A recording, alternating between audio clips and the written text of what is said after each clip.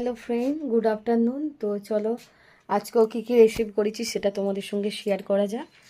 তো আজকে তো মঙ্গলবার, তো চলো মঙ্গলবারে কী কী মেনু নিয়ে চলে এলাম সেটা তোমাদের সঙ্গে।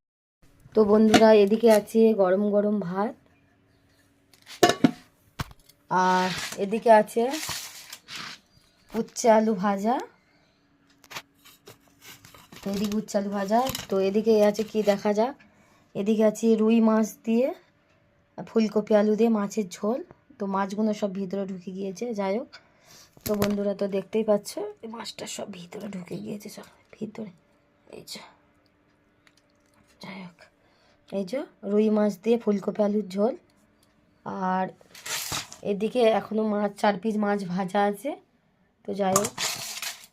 আর এখানে আছে চিকেন। এই হচ্ছে আজকে দুপুরের রেসিপি।